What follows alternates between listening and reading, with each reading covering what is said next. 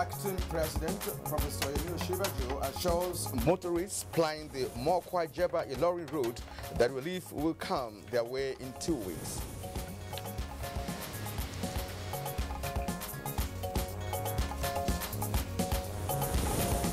Federal government summons Cameroonian ambassador to Nigeria over maltreatment of Nigerians in the Bakassi Peninsula.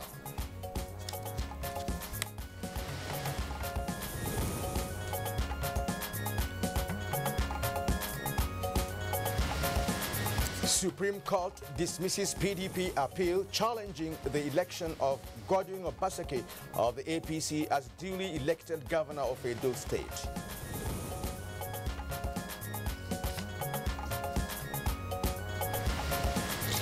And on Good Morning Nigeria today, we examine the federal character principle, a tool for promotion of national integration or mediocrity.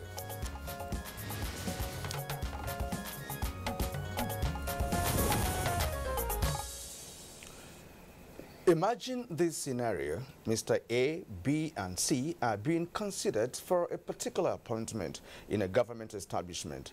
Based on merit, Mr. B obviously stands out as the man who is most qualified to do the job, but he is from a particular part of the country.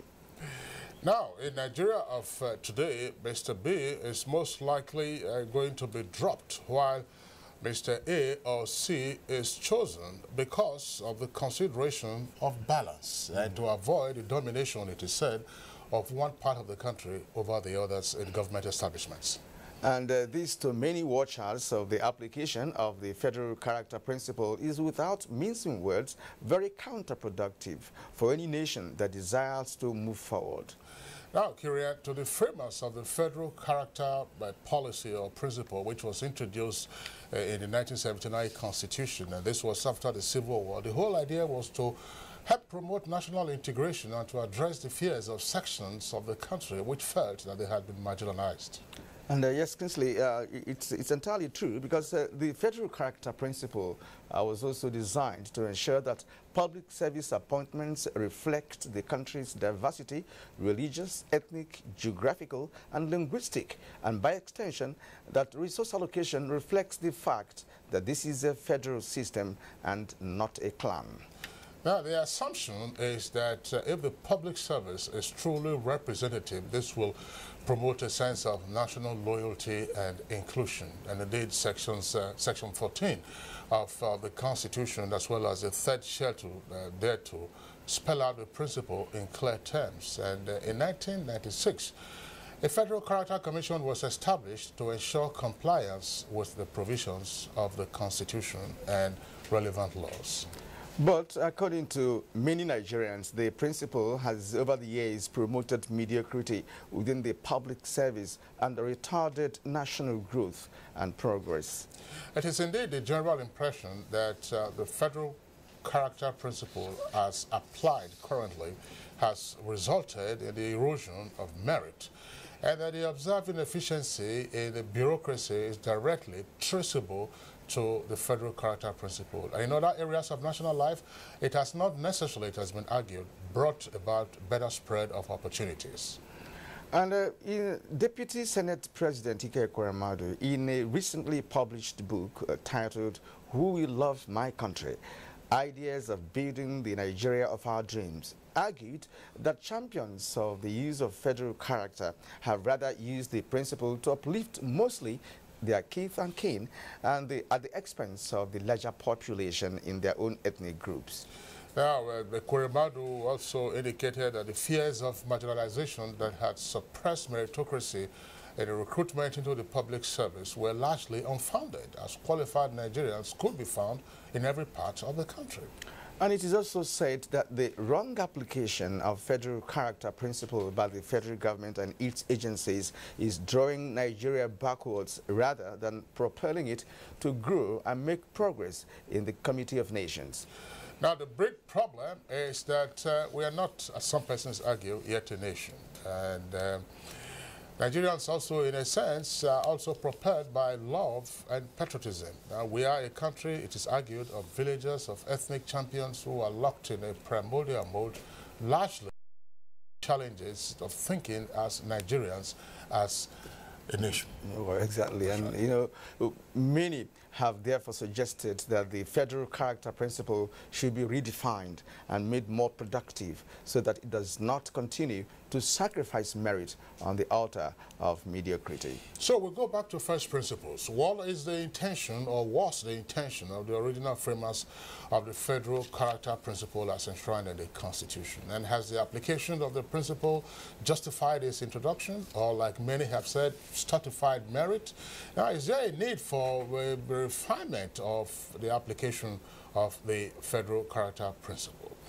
Now, these and some other questions our guests will seek answers to in the course of the program today, which is Good Morning Nigeria, reaching you as always live on the network service of the Nigerian Television Authority. We're Africa's largest television network.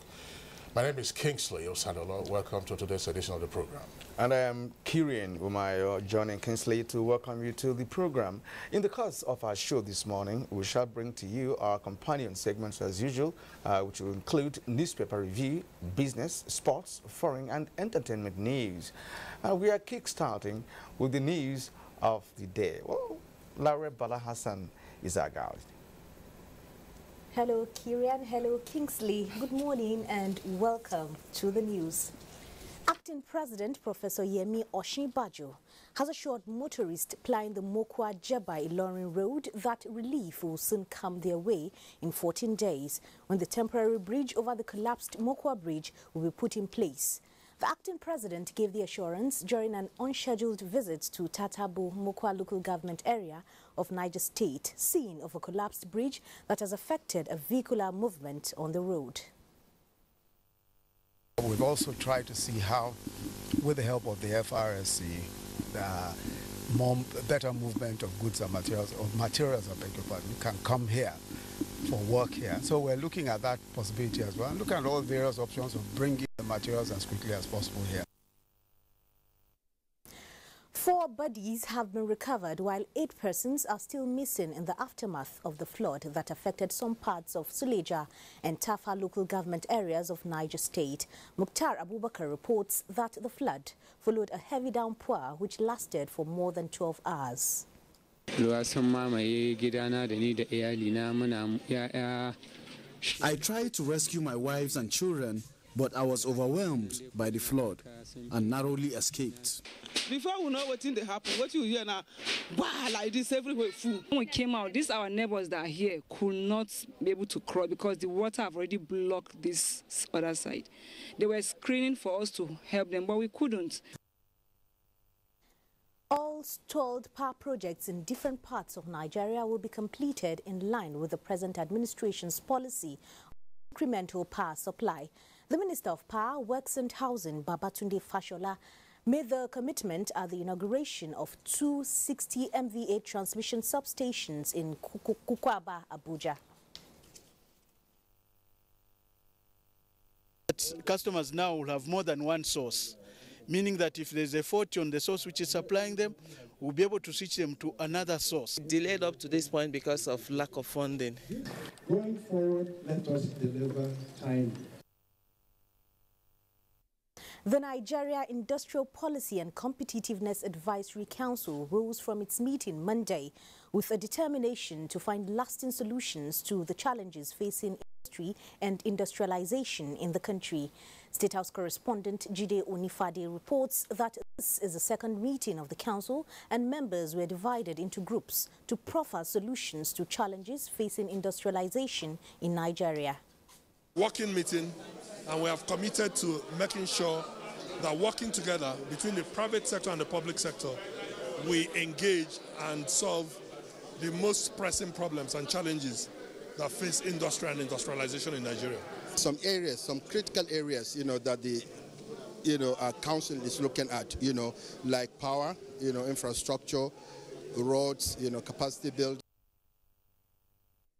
The federal government has summoned the Cameroonian ambassador to Nigeria over a reported case of maltreatment of Nigerians at the Bakassi Peninsula.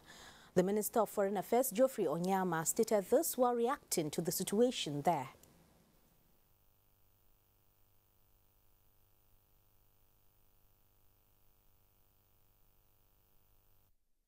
An agreement to build the capacity of West African financial players to combat money laundering and other financial crimes within the sub-region has been signed in Abuja.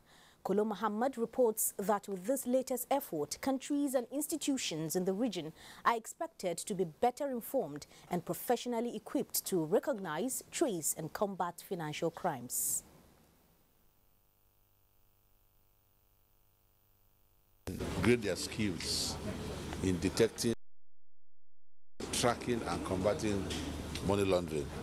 But it also enables those who work in the central banks, those who work in the ministries of finance, and those who work in other financial institutions, plus those who support those kinds of ministries and departments, to be able to have the necessary critical skills to manage the economy better.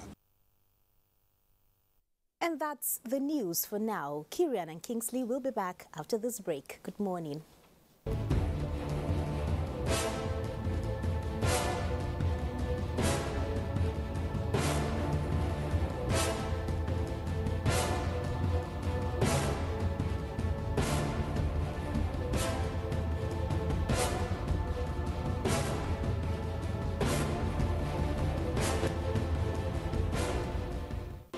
If you hear a bomb explosion or gunshots of an active shooter, that might be a terror attack.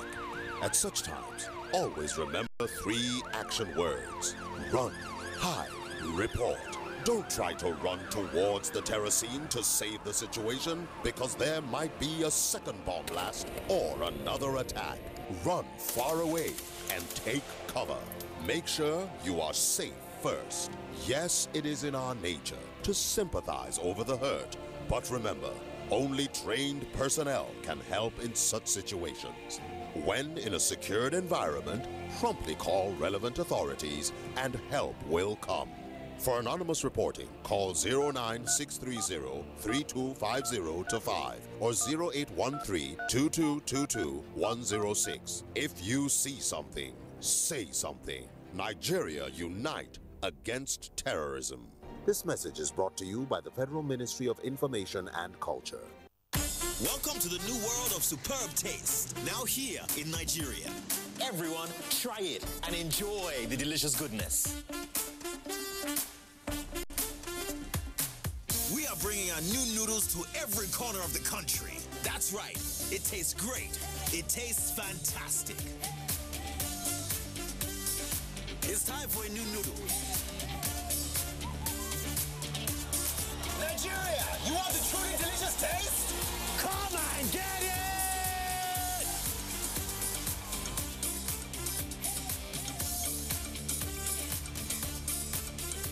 Be supreme, Nigeria. Wait, Madam Salibrand, just hold on and give the address to the driver. I beg, hold on. Hello? Madam, straight not finish, oh. The party goes soon start, so... Chrissy, help me go and buy the recharge card. Oh yeah, everybody, let's go, let's go, let's go! Okay. Hello, Madam Salibrand. With Glow Sharp e-Top Up, you get 8 times the value of your recharge. Plus, you continue to enjoy all the airtime and data benefits on your plan. Where the credit now? Now sharp e-Top Up. I do enter your phone straight. Blood of Zachariah. Well, you don't know, say e-Top Up, no, they give all the plan benefits like bonus airtime and data. Now, e-Top Up, they give you all the better plan benefits, plus more. Christy. Don't worry, I will put smart in on top of your money later. I be the wonder when that you feel square me the money sharp like e-Top Up. Very good. You like money. The largest data network, Glow, grandmasters of data.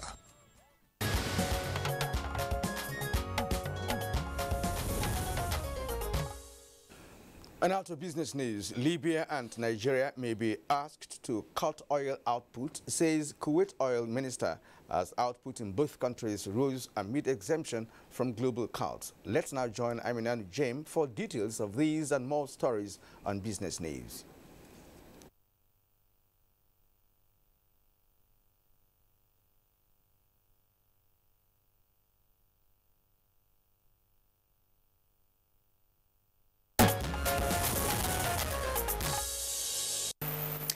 And welcome. Diversification of the Nigerian economy is one that has been extensively talked about in the Nigerian economy and political space. Economists and related professionals share this belief that the nation's gross domestic product (GDP) will greatly improve to the benefit of the common man and the society at large if the economy is diversified. Some economists who spoke with NTA Business News insist diversification is the way to go, calling for a holistic and action-driven approach in shifting from oil, which is the mainstay of the nation's economy. What we really need now in terms of our economy is what I call economic restructuring. Every state in Nigeria is sufficient enough with the resources available, but it depends how they harness it and how do they use it.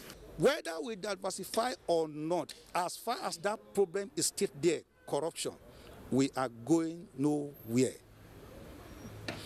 Corruption must be tackled first. And from the equities market, the Nigerian Stock Exchange maintained the upward trend in early trading Monday. Next is the graphic summary.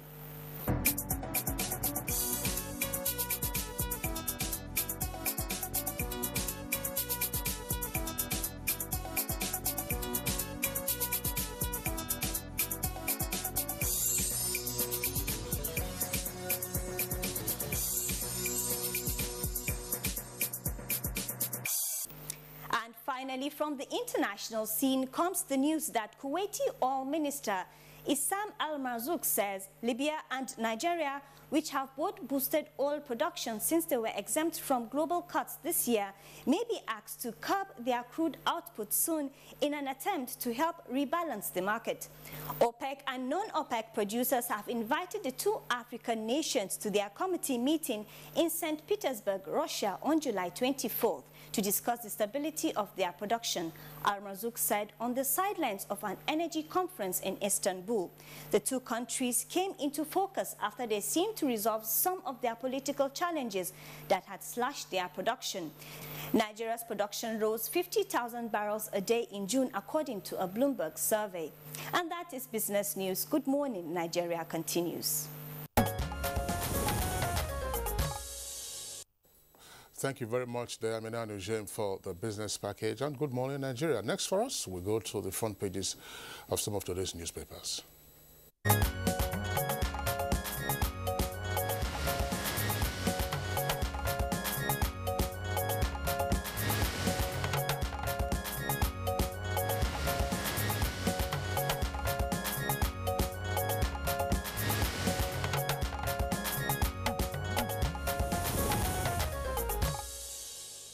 And our newspaper reviewer, Bayo Altebi, is here in the studio, as always. Good morning, Bayo, and welcome to Good Morning, Nigeria. Good morning, Thank you. Good morning, Kinsley. All right. Bayo, pleasure to have you join us this morning. We have 4 newspapers, and the front pages of the 4 papers are quite busy. Let's begin with the Blueprint. Blueprint newspaper has as its lead story a triple-decker headline. That's Blueprint newspaper. Hyenas and jackals will soon be chased out of my husband's kingdom. And this is attributed to Aisha Buhari. Details of the story can be found on page 6. Hyenas and jackals will soon be chased out of my husband's kingdom. Now, above that lead story, we have, below that lead story, there's a photograph there showing the acting president, the governor of Niger State, as well as the Minister of Power Works and Housing, when the acting president visited the collapsed Mokwa-Jeba Bridge in Niger State yesterday. Of course, with them is the Corps Marshal of the Federal Road Safety Corps. And below that, you have a strip headline. That's a foot right at the foot of the front page of the Blueprint newspaper. Why Northern monarchs kept mum on Ife clash. That's according to the Emir of Kano. And details of the story can be found on page 19. Now let's go back again to the upper half of Blueprint newspaper. Below the name flag of Blueprint, you have quite a number of headlines there. Federal government to fix Ilorin, Mokwa, and Jeba Road soon. That's attributed to Oshibajo, and the photograph, of course, is what we just read the caption a moment ago. Now, it's now maximum of 5 lawyers per client. CJN rules. It's now maximum of 5 lawyers per client. So, Bayo, Take note of that. So when you are discussing, so there's no need of hiring a crowd of lawyers, both junior and senior. Details of the story can be found on page 6. Effective local government system will address agitations, according to Dogara, the Speaker of the House. INEC begins Melaye recall process, and Etisalat set to pull out of Nigeria in 3 weeks. Niger floods death toll hits 16. That's on page 7. Okay. All right. Now we have the Daily Trust newspaper for today, and just below the nameplate, God has answered prayers over my husband. That's Aisha Buhari there. The story is on page 3. And beside that, we have electricity grid loses 603 megawatts in 24 hours. The story is on page 7 of Daily Trust. And the main headline, hoodlums terrorize Abuja residents.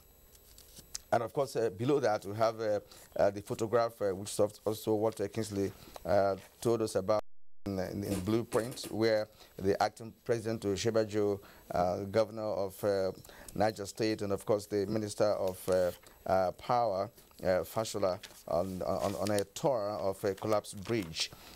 Besides that, also we have Kaduna screens 230 for 77 district head positions. That story is on page 4 of Daily Trust. And below that, you have debt. Etisalat terminates agreement with Nigerian partner. Page 3 has details of that story. Bayo. Yes. The story about hyena has dominated all the newspapers, and they are alluding to Mrs. Aisha Buhari, who says God has answered the prayers of the Nigerian masses for the recovery of her husband. She said on her Facebook posting while reacting to a metaphor by Senator Shehu Sani, who has posted that weaker animals were praying for the return of the Lion King. Hyenas and jackals were scheming and on assumption that the Lion King would never return. And this was what the wife of the president responded to by saying that the prayers of the weaker animals have been answered, while the hyenas and jackals will soon be evicted from the kingdom.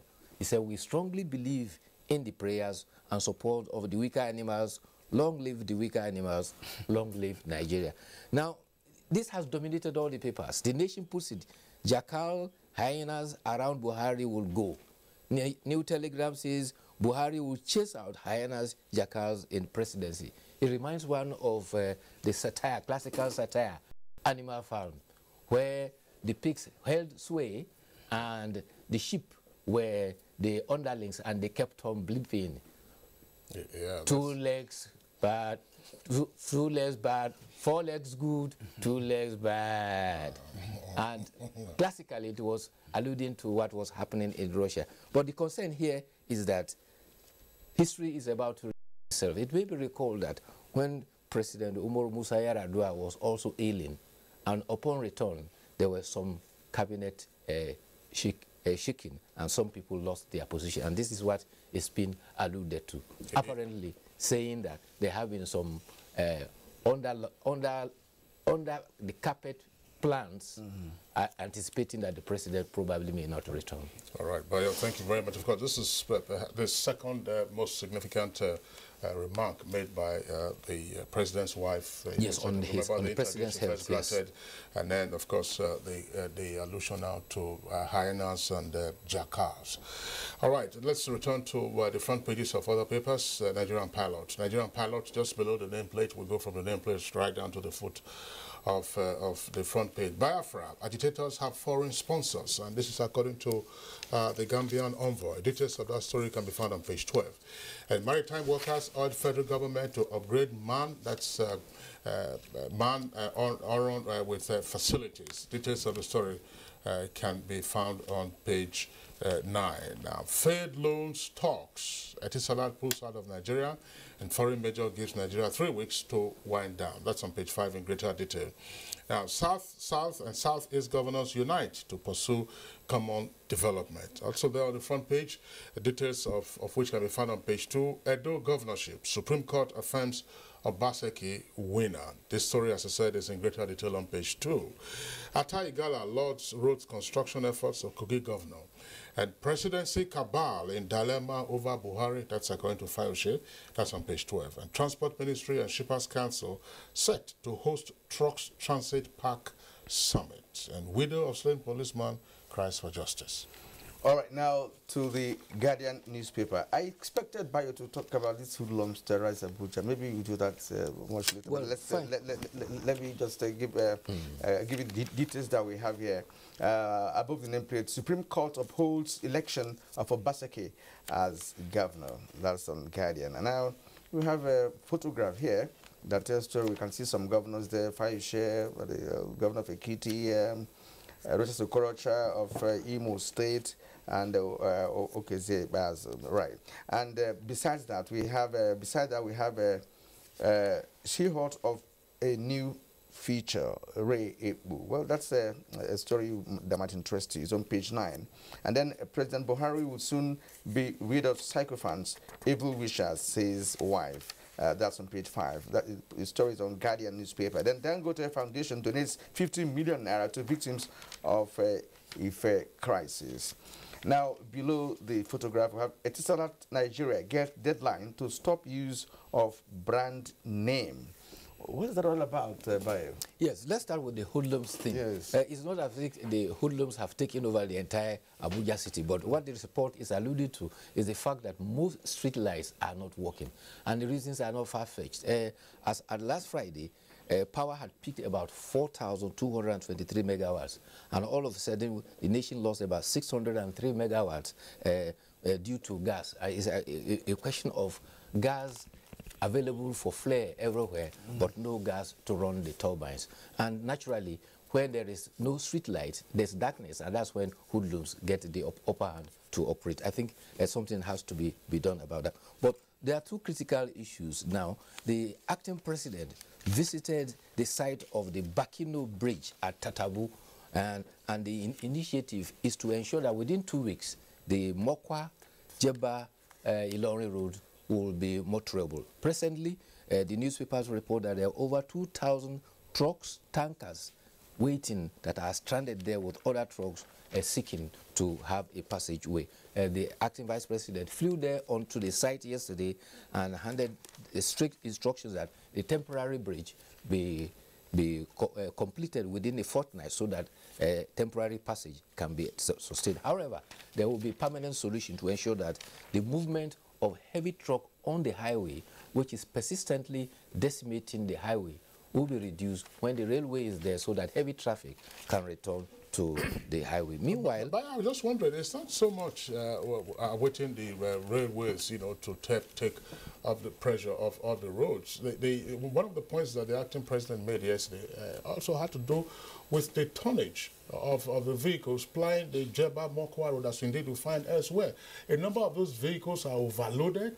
And if you have a temporary bridge now, who is going to control or monitor the tonnage of the vehicles on the road? Otherwise, in just a matter of weeks, you can find that the temporary bridge would have collapsed, and everybody will be saying, "Oh, they did a shoddy job." Yes, that reminds me. In a few years back, when the express highways were constructed, there were in fact way-in portions whereby heavy trucks will have to go in and they will ascertain their ways before they go on the highway. That's right. But as time went on, everything were thrown to the dogs. On those portion where the vehicles were supposed to go in are still standing there idle, doing nothing. So, and what killed most of our highway, petrol has to be hauled across the country, and this is heavy. Also, iron and steel. We used to have iron and steel foundries at Oshogbo, at Katsina, at Itakwe, and also in Delta. And all these were freighted across the highway. Sometimes, as soon as the roads are constructed, heavy truck come over, and before you notice the road are virtually folding because there's no control on the weight. You have flatbed trucks conveying 900 bags of cement. Yes. I don't know how many tires that they say they have. I mean, it's, some of them 16, 24. Absolutely. And these are the weight that kills the highway. So no matter the initiative, you put on efforts to repair the roads. When these heavy trucks come over them, they will go off. The same thing goes for the petrol. One train convoy can hold as many as 10 to 15 tankers. That is the load that at least 15 tankers will carry, and that will reduce the pressure on the highway. All right. Bayo, I'd like to thank you for being with us today. Of course, we'll see you tomorrow. Tomorrow will be another day. Thank you. Okay. All right, that's Bayo Toyebi, and I'm sure those who listen to Bob Marley, they remember the song, Chase Those Crazy Bald Heads Out of Our Town. It's Good Morning Nigeria, reaching you live on the network service of the Nigerian Television Authority. We'll take a short break now. When we return, of course, we'll be discussing the federal character principle, an idea or a tool for promoting national integration or mediocrity. Oh boy, climb this thing now. No be only to connect lights. Come you and yourself now. Now wow. Oh boy, come down now. Oga Kasali electrician, who would they look for with this? Oh. Oga Kasali, come help us fix this wire now. Sorry, I no longer carry out illegal connection. It puts the lives of people at risk and can cause fire outbreak and disrupt power supply. I will never be part of anything that has to do with this any longer because change begins with me.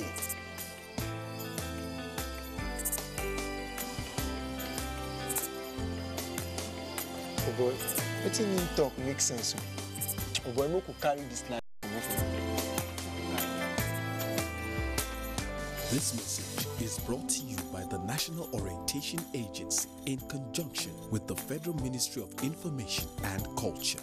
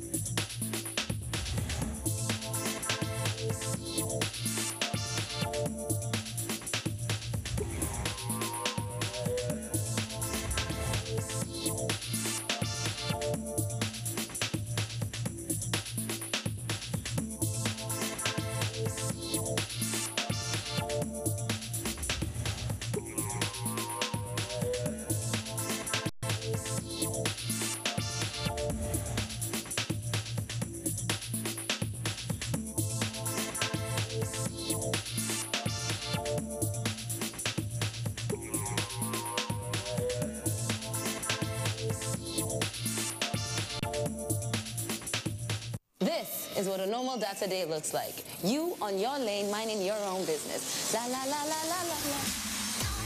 Suddenly, Glow decides to surprise you. Free 200 megabytes, and wow, your parole don't change.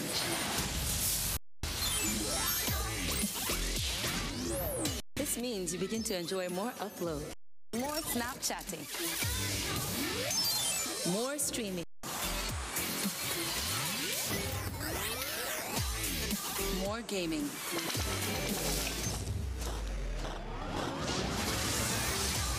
Look at you, buzzing around town, having the time of your life. Free Data Day is here for all Glow subscribers. Get 200 MB free data for a day and change your parole. Use 100 MB plus 150 naira on voice calls or just 250 naira on voice calls in the preceding week to enjoy. Watch out for an SMS alert for details. The largest data network, Glow, grandmasters of data.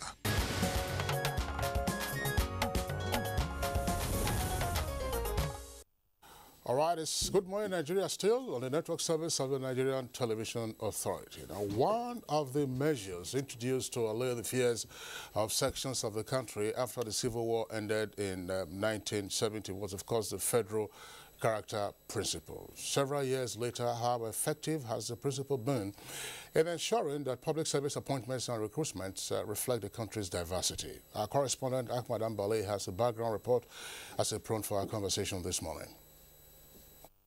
Very few nations of the world can boast of the diversity that Nigeria enjoys. Its tribes and tongues provide a rich blend laden with talent and endless possibilities. To harness these potentials and further ensure all parts of the Nigerian project get their fair share in resources and positions, the Federal Character Principle was introduced in 1979. On paper, it's a principle that ensures Nigeria belongs to nobody and at the same time belongs to every single group that makes it up. whatever feeling of marginalization might be held on ethnic, religious or geographic grounds are supposed to be eliminated by the federal character principle. In essence, the principle strikes a balance, promotes a sense of national allegiance and cohesion.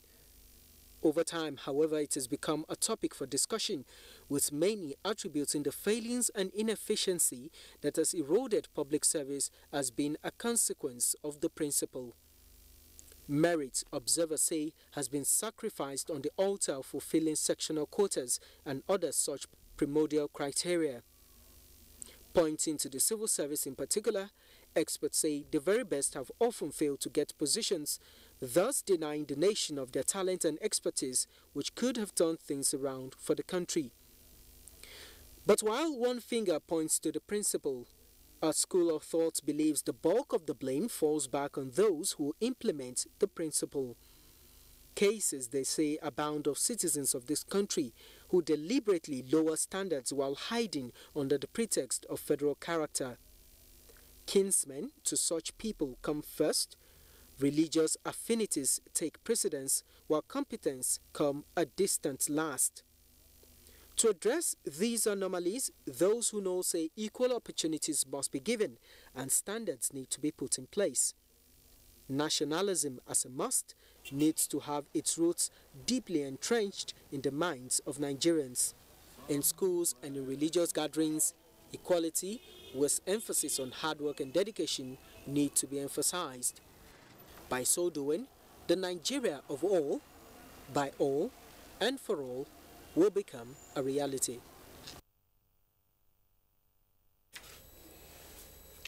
Thank you, Ahmed Ambali, for that background. And joining us now in the studio to discuss the issue is the acting chairman of the Federal Character Commission, Dr. Buka Abar. You're welcome to the program, sir. Thank you, Karen. And of course, we also have an associate professor. Well, we have with us an associate professor from the Nasarawa State University, Dr. Jidofo Adibe. Dr. Adibe, you're welcome to Good Morning Nigeria. Thank you. All right, Kieran, thanks a lot. Of course, Dr. Adibe is also a columnist with the Daily Trust newspaper. Then we have two other guests with us here in the Abuja studios, Dr. Rosemary Okoli. She's a professional social worker and also currently a research fellow at the University of Edinburgh in Scotland. Dr. Okoli, a pleasure to have you join us on Good Morning Nigeria. Thank you very much. Okay, and then from our Lagos Network studios, we have been joined by the former head of the civil service of the Federation, Professor Afolabi Oladapo. Oladapo Afolabi on the other hand, I believe. Professor, I'm delighted to have you join us on the program this morning. Good morning.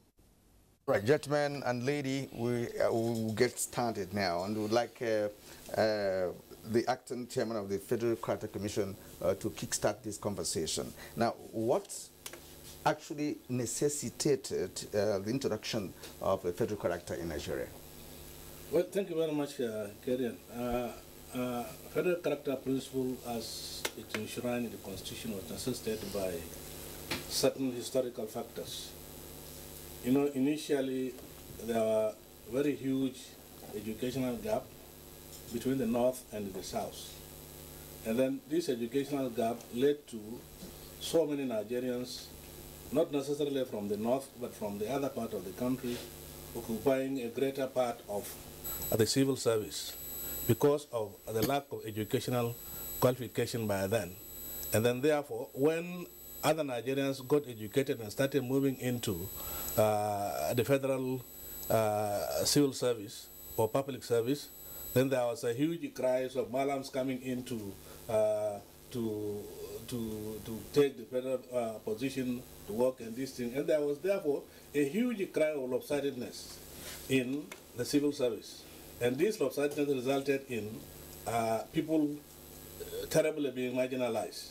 And the Constitution of the Federal Republic of Nigeria, after looking at these cries, not this time, not necessarily from the North, but from all parts of the country, that people are being marginalized and are being not given appropriate position of employment in the government. And as a result, and particularly after the creation of states, you will discover that there are so many minorities who have not been represented in the workings of government. And therefore, you find it very difficult for them to be incorporated into this thing. Not only that, with a series of developments, you find out that there is no part of this country which you will not get people educated in whatever field you want it. And therefore, our people who made the constitution now realize that it's better for them now to look at a mechanism where you are going to bring justice, honesty, and fair play in the recruitment exercise. And not only that, people must understand another aspect of the federal character institution, not only in the recruitment or employment, but also in the provision of infrastructure facilities, social amenities, so that you look no part of this country is being neglected, provided that you don't compromise merit.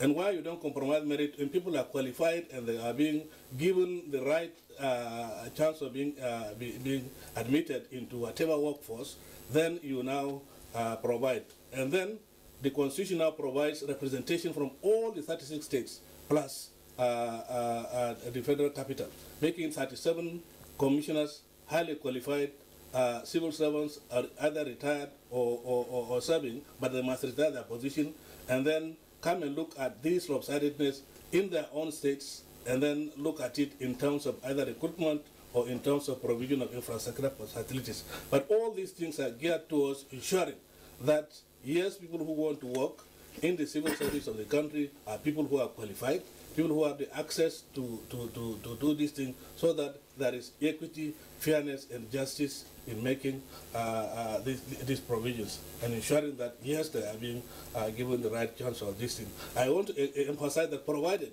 you don't compromise merit.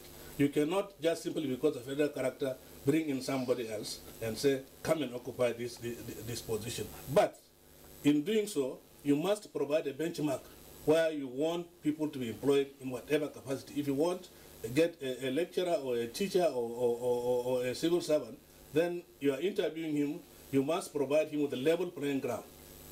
And then now you make a benchmark where you find areas which are lopsided, and then the person reaches the employable benchmark.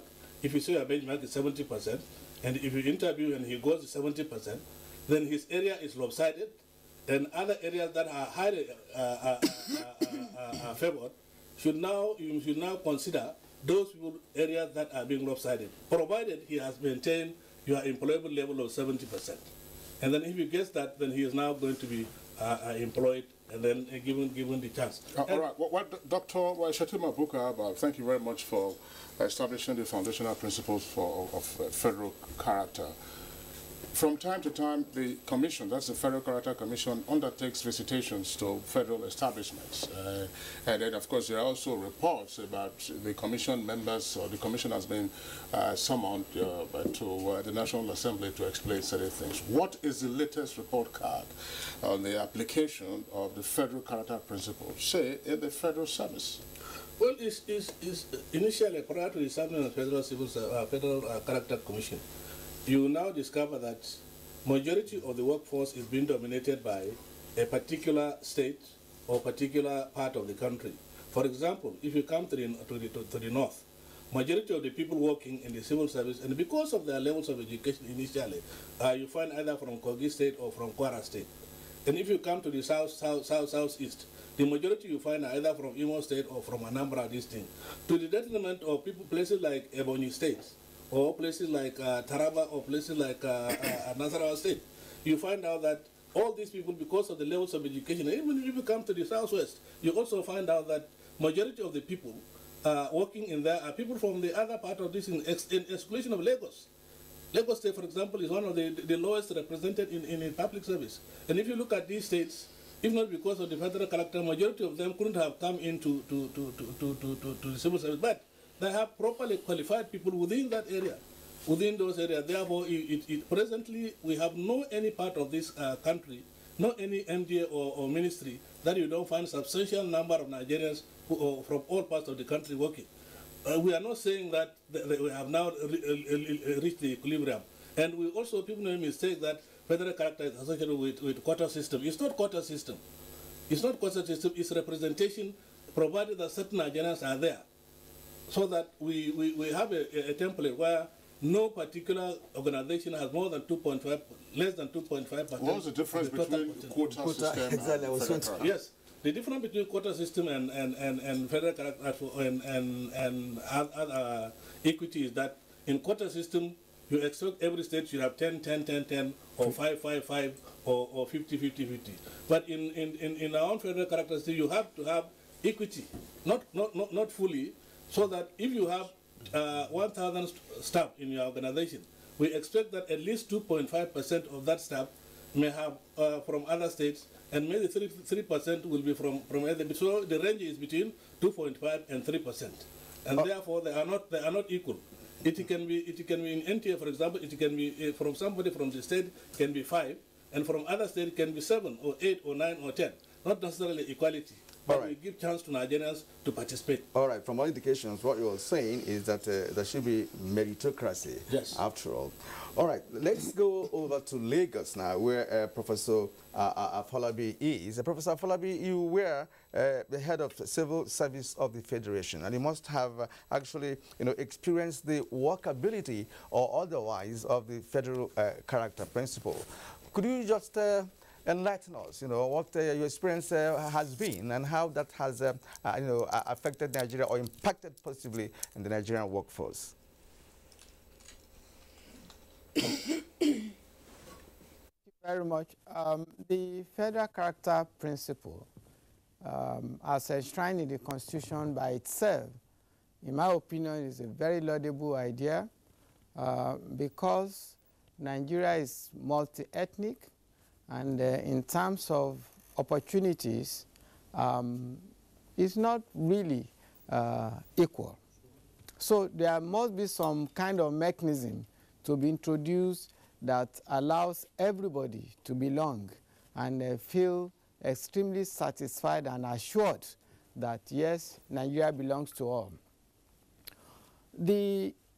From my experience, I think in the euphoria of having this enshrined in the Constitution,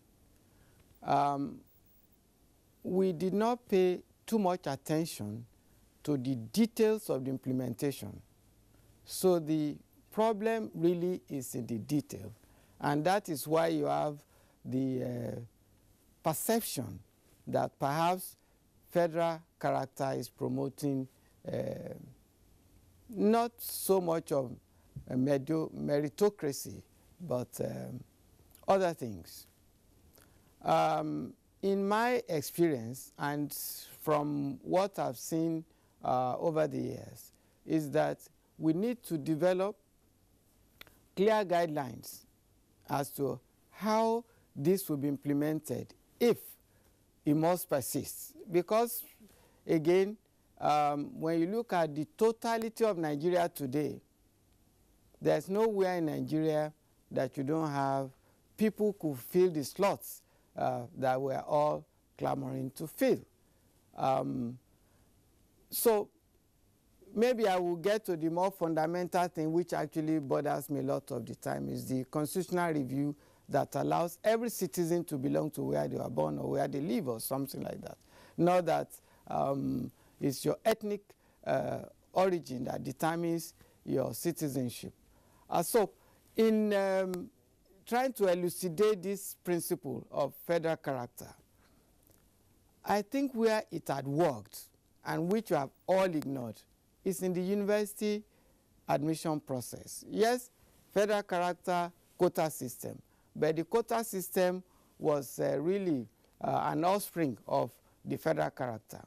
So when in the university system, you give admission based on some quotering, that only applies to the first year.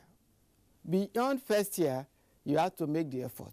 You have to actually merit whatever promotion or certificates that will be awarded. What we have not done at the, for example, at the recruitment of staff in the federal service, is that as we are emphasizing, which I think is overemphasized, the federal character at the recruitment, we should leave to all the individuals who have been so recruited to advance based on merit. But you find that along the line, you still bring in federal character some way or the other.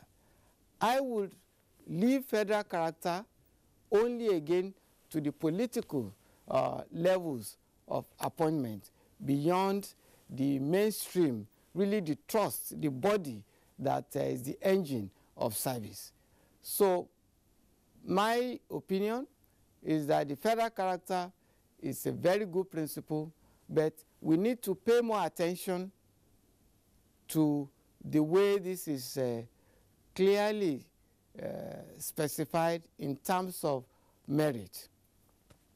All right, Professor Afolabi, thank you very much. We'll come back to you in the course of the conversation. You've raised a number of points. You've talked about having clear guidelines on the implementation of the federal character principle. And one of the guidelines, of course, you've talked about is a living federal character, for instance, leaving it to be applied solely at the levels of political appointments rather than the integrated workforce, the technocratic workforce. But professionals. Let's come back now to our guests in the studios, Dr. Adibe and as well as Dr. Okole. You both have been listening to the other guests, beginning with Dr. Rosemary Okole. Federal character at work in Nigeria. Some say, look, this is an affirmative principle that ordinarily is laudable, but implementation has challenges. What are your thoughts?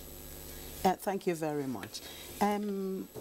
Wonderful explanation we were given by the director of the Federal Character, or rather chairman of the Federal Character Commission. Great and laudable it is. But like Professor Afolabi mentioned, there are challenges. It's good we have these in principle, but then implementation is the problem. So we need to have set down criteria, eligibility criteria, set standards for these to happen and follow strictly on the standards, not watering them down. We know in the past, people have always tended to relate more. Actually, even now, people tend to relate more to people of their ethnic group or subcultural groups. We have also had wars in Nigeria based on ethnic sentiments and religious sentiments. And all of these, so many people feel marginalized. They feel not part of the system, the Nigerian project, or members of the country. And many are crying marginalization, and some also are saying that we need to go our separate ways. We already had, some years back, a civil war based on some group of people wanting to go their separate way because they felt hugely marginalized in distribution of resources in the country.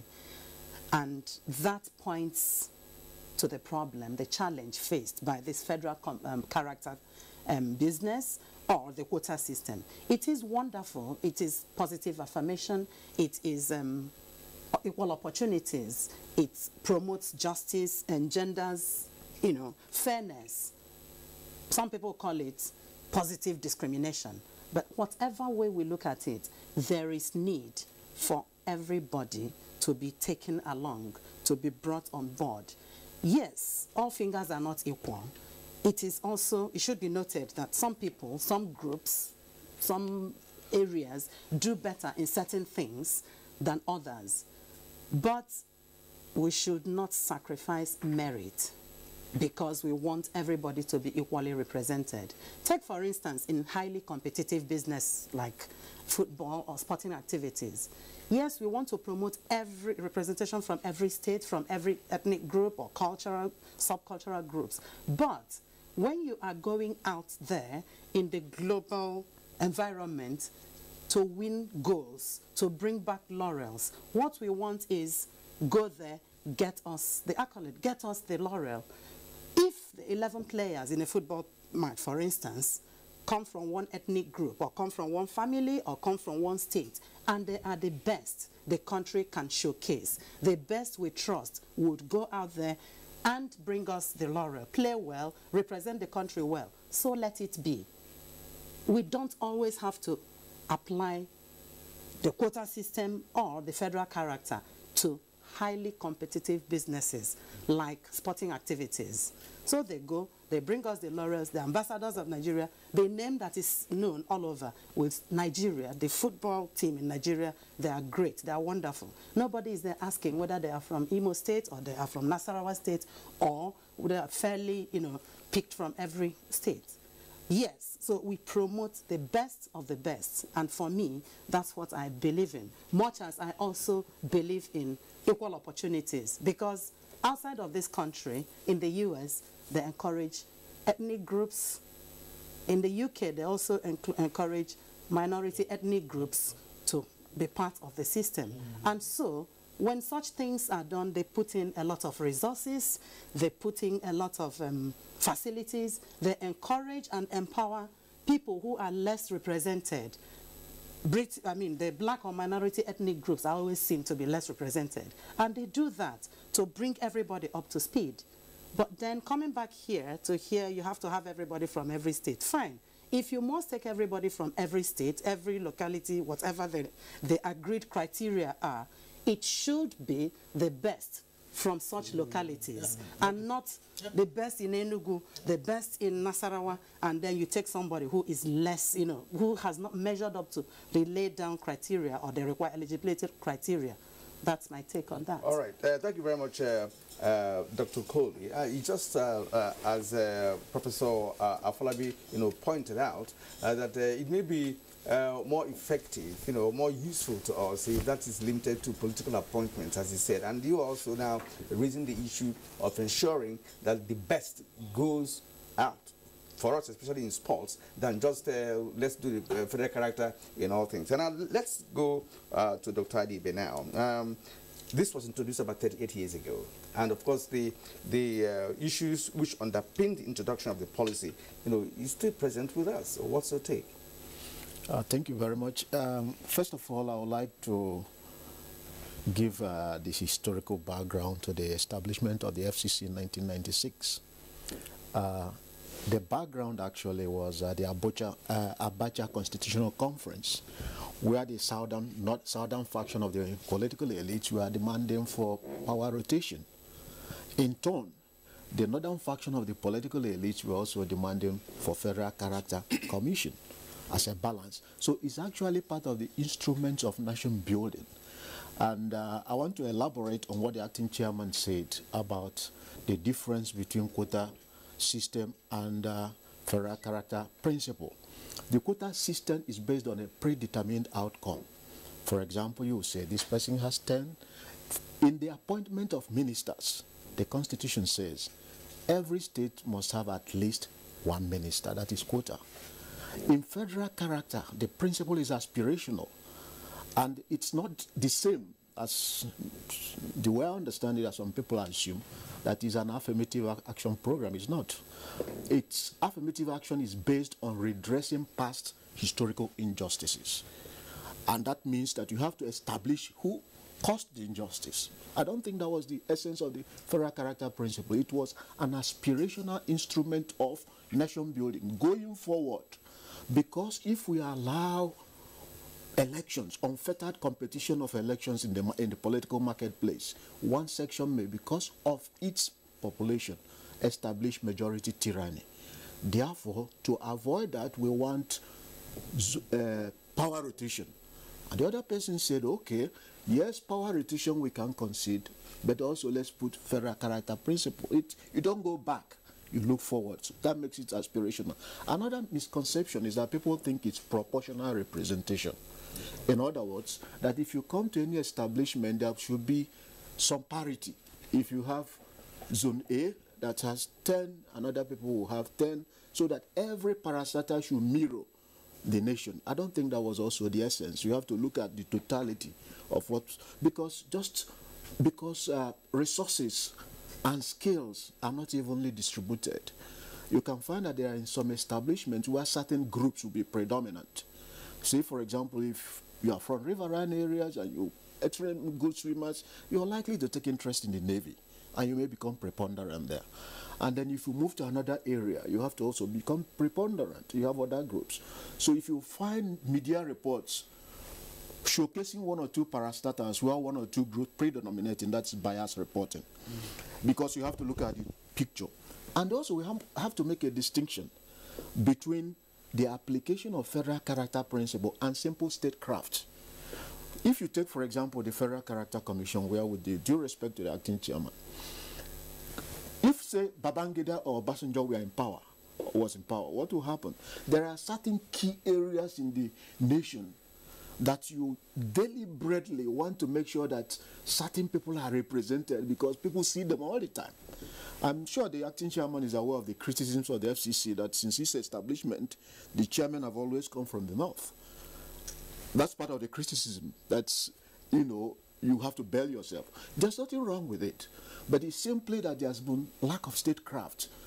You know, there are certain institutions, you make sure that everybody is given that sense of belonging. So I believe that it's not incompatible, but also we have to rethink our notion. There's one other thing I want to add. We tend to think that federal character principle applies only to the federal, at the federal level. I think the act establishing it is clear. It's also at the state level, at local government level, and other areas. But you see, some of the hypocrisy, the political ostrich we play, is that I can come to this area and federal level and say, it has not been applied. These people have dominated in my own state. I don't want that principle to be applied because we believe it's only a federal thing. And again, it is not only limited to the political offices or even civil service positions. It's also applicable in the distribution of infrastructure. I'm actually one of those who have been arguing that I've actually argued that we need to elevate the Federal Character Commission itself, give it some level to the status of INEC. But then it means it has to come up and assume certain responsibility so that certain key positions will require its imprimatur. Okay, Doctor, we are going to come back to you much later because you can see the energy, the energy in you and the knowledge that you have about this. This is Good Morning Nigeria on the network service of the NTA. We'll take a short break now. When we return, the conversation continues.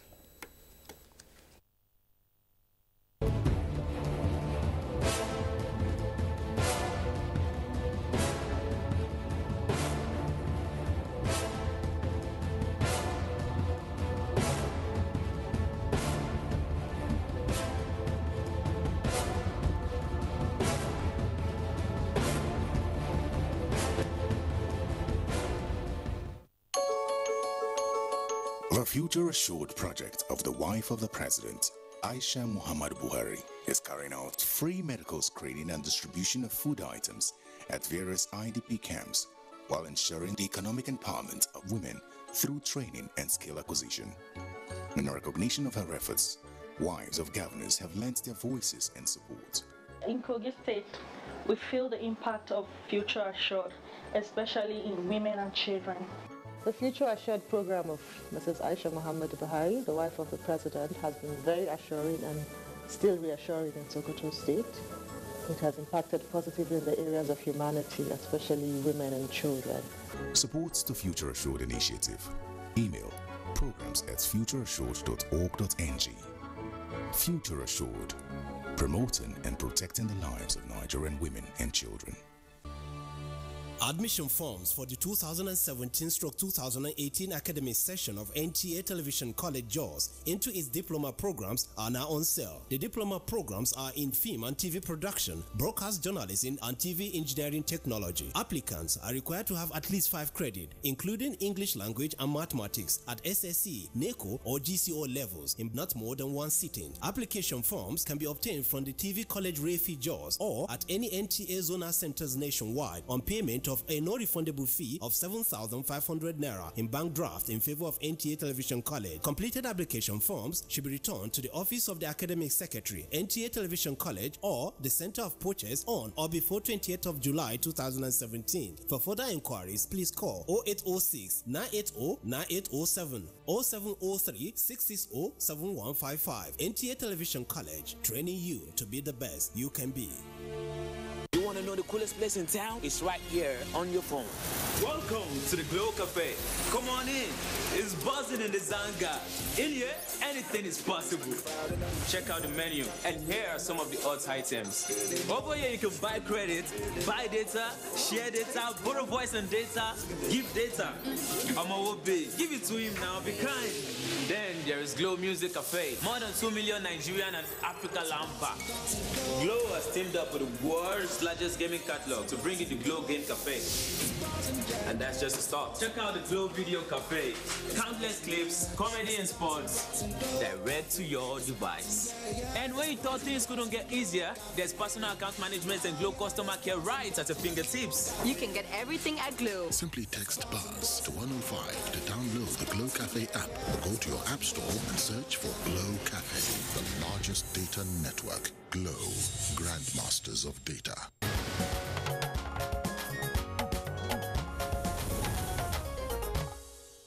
All right, you're welcome back. If you just joined us, it's Good Morning Nigeria, reaching you on the network service of the Nigerian Television Authority. We still have all our guests, including, of course, Professor Afolabi, who is at Lagos Network Center. Professor Afolabi is the former head of the Civil Service of the Federation. My question goes to you, Professor Afolabi. In addition, of course, to the various issues surrounding the principles of federal character, let's begin also to look at federal character at work. Now, some persons argue that it's become rather invidious in its application because you find it in recruitment into the service, you find it in terms of admission into institutions of higher learning or even secondary schools, the unity schools. You have the scandal popping up every now and then about persons from parts of the country with very low scores who get admitted, and those from higher scores, of course, who get not to be admitted, who do not get to be admitted. Now, we have also seen that being played out. We have had on this program lawmakers from the National Assembly who have argued rather vociferously that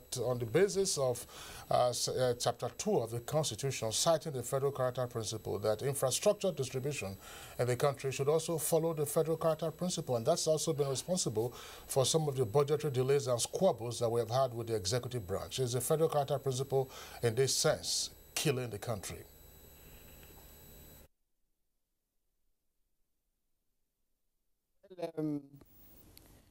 A lot of the time, we blame the training for the performance of actors. Many a times, the actors, they have issues and they just give excuses. The federal character principle, as is, and looking at the totality of our polity, has brought peace, has given a sense of belonging, and it has, in a way, become a soothing balm. But that's to the extent to which it should be relevant. When you consider standard, merit, this should be the overriding principle in whatever we do. And I can say this boldly, that in Nigeria today, you find merit everywhere. So all the flaws, all the inadequacies regarding the outcome of performance or the fulfillment of our expectations, which are easily pointed in the direction of federal character, in my opinion, are excuses. Is the players, those who are implementing the federal character, give the federal character as an excuse to do other things that they want to do. The federal character should, by itself, provide the minimum opportunity, the minimum access to citizens. So it's really not killing the country. It is the implementation, the practice, as in all things that you find in Nigeria. Cutting corners, not trying to obey the principles, believing that the way you do is right, not the way that the standard is set. So it's the people. People of Nigeria must wake up and really want to be Nigerians and do things properly like they do in other places, so that we don't kill ourselves and use things like federal character as excuse for killing ourselves. So federal character is not the killing leather weapon.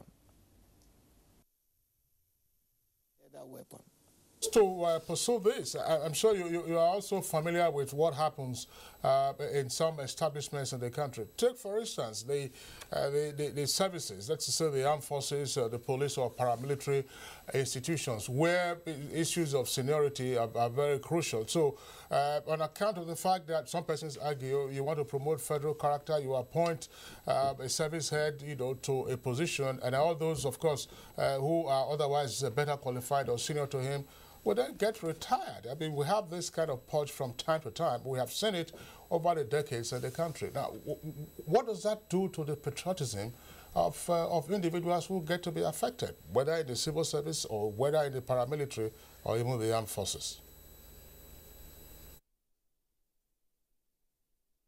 Now, let us differentiate technocratic positions from political or pseudo-political positions. As you advance in public service, maybe you start from a level 8, say, and as you move on, you get to a position that we call directorate levels, which means from chief. From that point on, you must be politically conscious. And by the time you become a permanent secretary, you know that it is 80% political. This is my judgment. At such times, when political measures are taken, they are apt and appropriate, provided it meets the yearnings and aspirations of the people and is done in the interest of the people. I'll give you one small example of what I did. Of course, not everybody agreed, but that was the kind of sense at the time when I was permanent secretary, Minister of Education, about 2009. I got there and the position of principals of the unity colleges became an issue. We have 104 unity colleges, and those who are qualified by and large to head those places will start from assistant director to deputy director and director to head unity colleges. But when the occupation of these positions, you find that it was lopsided. And there was a lot of clamoring.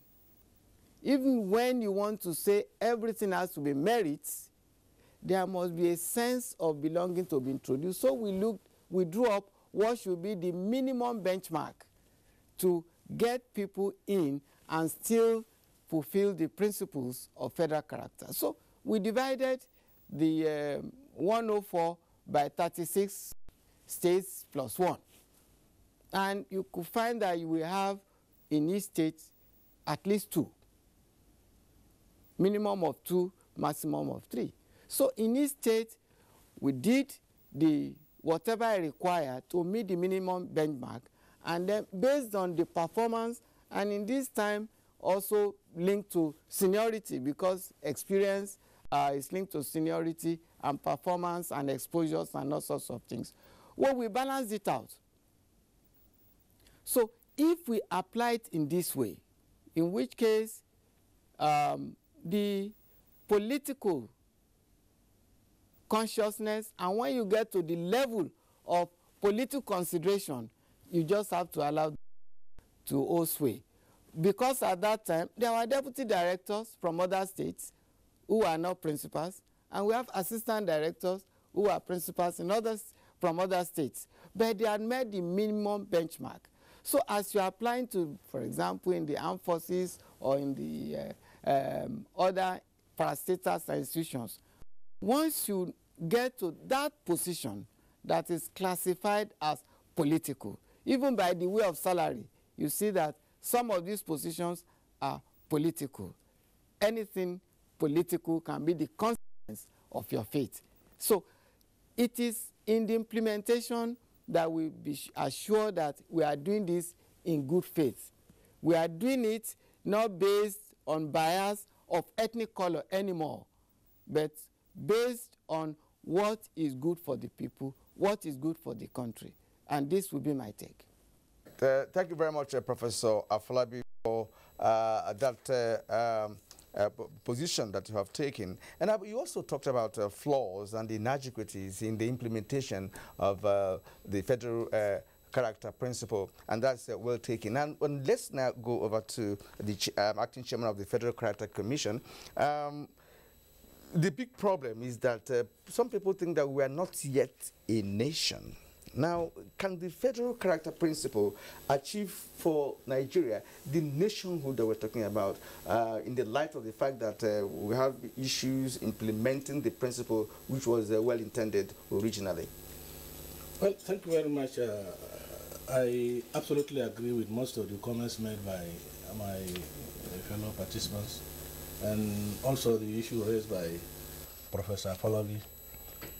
One of the most serious criteria or serious problem is, as is rightly pointed out, is the problem of implementation. But let us look at it, let us look at the issue of merit in two contexts. There are two different kinds of merit.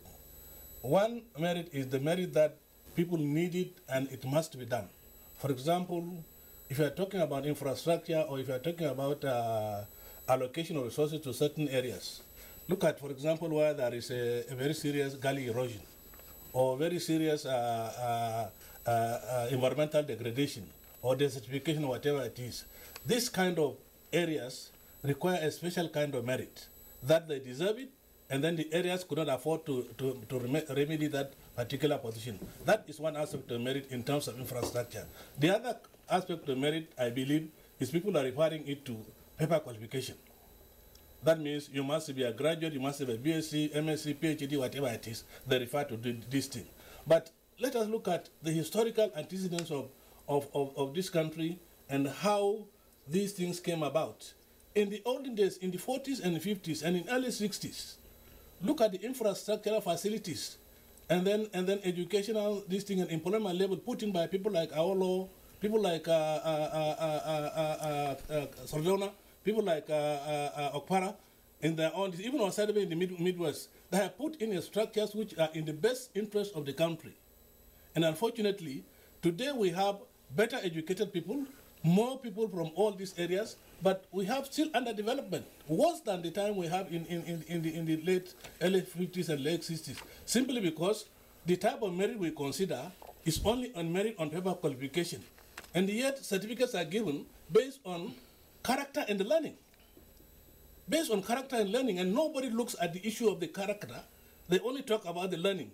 You don't know how these people got these certificates. You don't know how they come about. And then when they come in, they create a problem which is very difficult to be remedied. Let me give you an example. Federal institutions established in certain communities, whether you are this, take universities for example.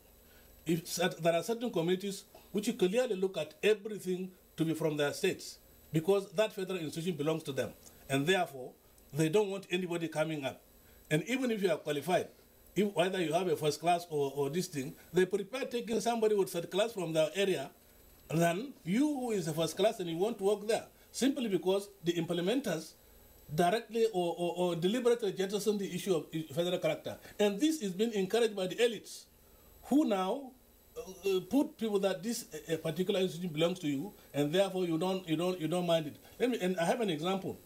There was a recruitment currently going on in one part of the country, in one of the federal medical centers, where you find the chief medical director, the director of works, the director, the admin, director admin, the chief chairman, Mark, all these people are from one particular state, and there was a vacancy for admin officer.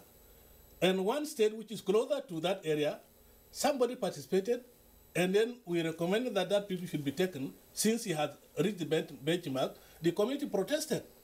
They still want their people to be there. How do we get out of this? That's the catchment issue. Yes. It's not even a catchment issue. What we are saying is, the Constitution clearly says there shouldn't be any predominance of particular states in an organization. Predominance, provided that people coming in are qualified. And yet these people are qualified and they are not being given. I just want to ask this question, Acting Chair of the Federal Character Commission. Your commission is 21 years in existence. Has the commission commissioned any study to evaluate the application, the utility and effectiveness of the implementation. Yes. Yes, this is the reason why it is based on this. What was the outcome of based on this study that we now came and realized certain states which are being grossly underrepresented in all parts of the country. In my earlier introduction, I've seen there are certain states. For example, if you go to the east, to the southeast, for example, take Ebonyi State, for example, you find a lot of educated people in all areas, and yet you find that they are the least represented either in the zone or in the federal establishment, simply because people who are there already are either from their own states, from other parts of the state, and therefore they are not being considered. If you come to the north, the same problem. We discover that certain areas are grossly underrepresented. We are now saying that since there are people who are qualified, and since they have applied to be employed, after giving them the necessary qualification, a necessary interview and whatever it is, you employ them. How do we get out of all this? Because now you are talking about implementation, and you are the helm of affairs of the Commission. How do we get out of it? Thank you very much. The only way we can get out of this is the Nigerians must change their attitude. Nigerians must forget that the country belongs to all of us. They should forget about nepotism, they should forget about tribalism, they should forget about, yes, this is my state. And secondly, we should now look at the Constitution very seriously. I always tell people that I find it very sad for somebody from either Borno or from Yobe or from Ebonyi or from Lagos State or from Anambra who has stayed in certain part of Nigeria for more than 35 years or 20 years, and yet they are not being classified and they belong to that state. Yeah, that was an issue we actually discussed on this program last week. It was extensive. I'm sure, Akira, you recall. Yeah, I was there. You and I were on set on that occasion. But we'll come back to the acting chairman as well as the other guests to get their views on this issue of federal character and the challenge of meritocracy. Let's take our reactions now from our viewers. Dele Jack Solomon tweets, federal character principles since its introduction in 1979 promoted mediocrity within the public service and retarded national growth and progress. Now, Clifford Agwegwotsi said equitable distribution of ports and socio-economic amenities, infrastructural facilities where there are agencies like NCC and NIDA. And then we have this tweet from Comrade Tomore Abdul. The federal character is good if hidden agenda is not attached. And also from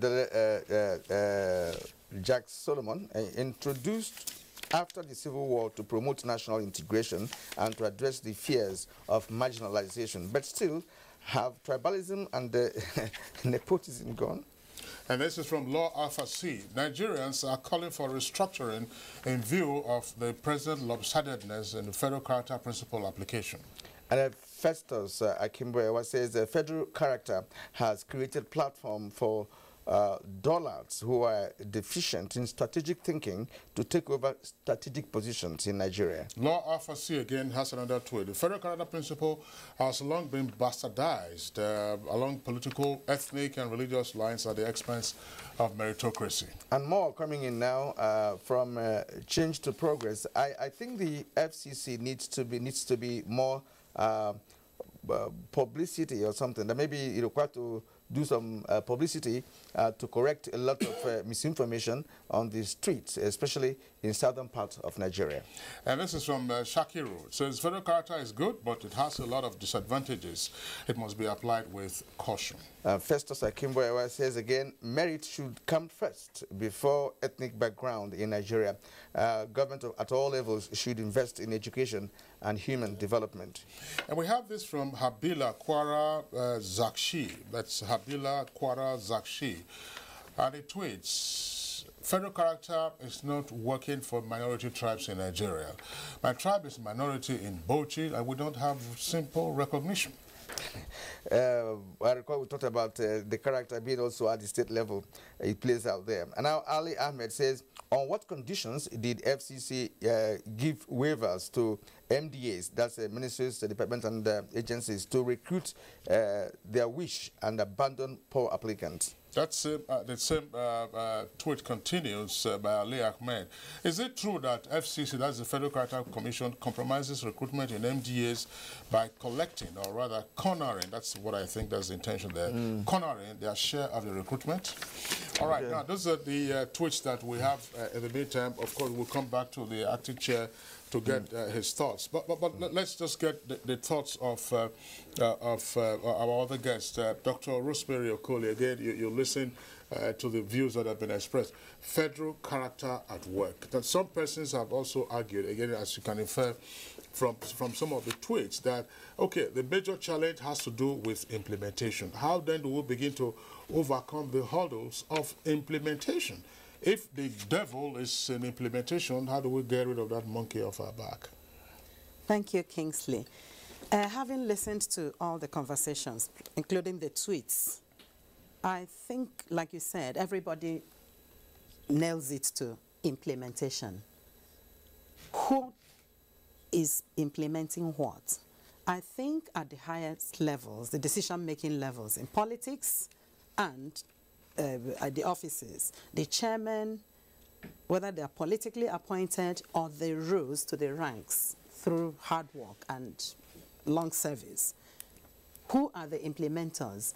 They should, like you asked, encourage some research into how effective the efficiency of the Federal Character Commission or the Federal Character Program in Nigeria. Having been 20 years and above, we need to have a robust study on the effectiveness of that. People have said that implementers are not following the guidelines. Laudable projects put in, embedded in our constitution, but then implementation is the problem.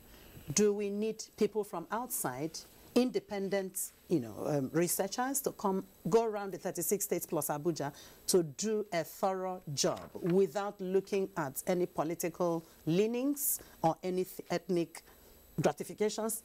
We need to do something. And then from their recommendations, we know how to move the commission and the program forward. It is sad that you go to other countries, developed economies, people who have lived there for some years, have acquired their residency or residential status, are treated, well, equally or relatively so with everybody. Then you come back to Nigeria. I am from Bauchi State. I have lived in River State for 20, 30 years, or all the years of my life. Yet I do not see myself as a River State person. I am not regarded as one. And when I make applications or apply, look for opportunities, such opportunities are denied because I am originally from a different part. It is really, really sad. And we need to address this fundamentally and make sure that the implementers follow the right thing. Agreed criteria without looking at their political leanings or cultural background or religious, whatever considerations that have marred the effectiveness of this project. Okay, thank you very much indeed, Dr. Rosemary Okoli. And now let's return to Lagos, to Professor Afolabi. Sir, your final thoughts in all of this. You have heard everybody, and we have also heard you. What's your final thought? How do we redefine federal character principle in this country? Thank you very much. We just have to look at the root of the problem. It's quite historical, from the days of Lord Lugard to the way we've been agitating for equity. I think we must revisit the topic you treated last week. Citizenship, residency, federal character. This should be placed in the front burner of discussion, and we should really devote time, quality time, to honestly and professionally and also politically look at all of these three issues and come up again with our best to allow everybody to belong, allow everybody to have a sense of achievement, allow everybody to have the sense that meritocracy will really, really be the key thing to getting Nigeria to where it should be. Thank you. Well, sir, thank you indeed for your contributions to Good Morning Nigeria today. It's been wonderful talking to you there in Lagos.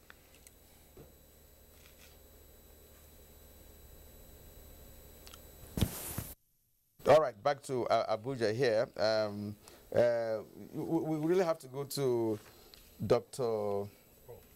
Adibe. Adibe, you know, you've had everybody. You have everybody. Now your final take. I just want to, part of the final take is a linkage involving citizenship, residency rights, which was one of the propositions our guest had last week, and now the avoiding the deleterious effect of the application of the federal character principle. Thank you. Unfortunately, I have a different position on the tension between indigeneity and citizenship. I'm not among those who believe that if you've lived in a place for 35 years, you automatically become an indigene. Indigeneity is a different thing. Your citizenship right gives you all the benefits, most benefits. If you really apply that, as some people say, it creates its own problem. No, what the suggestion was for residency rights. Residency rights. Rights, yes. Okay. Citizenship, residency rights, and federal character. Yes, if you reside in a particular place and people who believe they are the indigenes of that area, let's say, for example, you've stayed in Lagos for 35 years, and suddenly you want to go and run for an election. It creates the whole problem of demographic changes. Because the problem is that it is only being applied to one section of the country. Often, those people that are applying it do not apply it in their home states. And if you look at Jos, that's part of the problems. And people, when they talk about this residency, if, for example, you take moves, you lived in the UK, you're mentioning, for 50 years, you can be British but never English. Unless you consciously leave your comfort zone, you behave like them. Become part of them so that they will say, you are one of us, and that thing will not arise. But if you move into an area, you were 35 years there, you maintain your identity from where you came around, then the people will continue to see you as different from them. And for as long as you want to take a right that belongs to them, it will create its own problem. But let me just say that I believe that part of the problems of, I sympathize sometimes with the Federal Character Commission, because there will be issue of political interference. There is even the assumption that is only a particular part of the country that has a monopoly over merit. There is even also this mistake that we forget what we call merit is a relative term. As the chairman mentioned, we say your aptitude is important, but it's your attitude that determines your altitude. In other words, despite your Harvard education and everything, the chairman of the commission can find out that somebody with a third-class degree is better suited to perform a particular task and employ that person. And that goes around the world. So first of all, we need first of all a robust explication of what really do we mean by this federal character. Because as I said, some people throw it around, confusing it with certain other concepts like proportional representation, quota, and all that. We have to know what. And then also citizens be able to empower the FCC to be able to resist political pressures. But I don't expect that if orders come from above, that ABCD should be employed, that the acting chairman will say, no, I'm not going to do it. Federal Character Commission, are you cornering jobs? Well, in terms of recruitment, that's one of the questions asked in our tweets. Very briefly, sir. This is one of the misunderstandings people normally make. But let me make it absolutely clear that Federal Character has no business. It's not a recruiting agency. It's only a regulatory agency that to make sure that steps given in the Federal Character principles are being followed in terms of recruitment and in terms of engaging people into public offices. And also let me correct one impression. The only organization from our studies that have today been very stable and comprises almost all part of the country. We are not saying every organization should have 36 states employed. No, we are saying that there is a minimum of certain number of states that are there in that organization. And if you look at the military, for example, all over the years, they have been very consistent in the way they recruit people. But we don't care how they promote, and we don't end up in knowing who becomes a general or who becomes a colonel. That is not our business. Our business is to ensure that, yes, at entry point, certain people, certain class of people, certain groups who are interested are being employed across the country. That is basically the thing. But one thing I have to point out is that we conducted a small research and look at all the states to see whether these states have certain kind of norms that allow every Nigerian to participate in those states based on this thing. Lagos State, for example, if you look at the civil service of Lagos State or look at the parastatal of Lagos State, you find all Nigerians, whether Hausas or Yorubas or Igbos or whatever it is, working in that civil service, and then it's part of the government of the policy of the government. It's one of the very stable civil service positions in the country. And come to Kano also, you also find out that people from different parts of the countries participating in even political positions. You find councillors coming in from different parts of Nigeria participating in How much of this information do you have out there in the public domain with regard to the outcome of your research studies? And then also the question I asked earlier, amplified by Dr. Okoli, effectiveness of federal character application, federal character principle application in federal institutions. You see, effectiveness. We normally conduct interactive sessions every 3 months with all the MDS, and then to explain clearly to them the principles of federal character and how it is being done.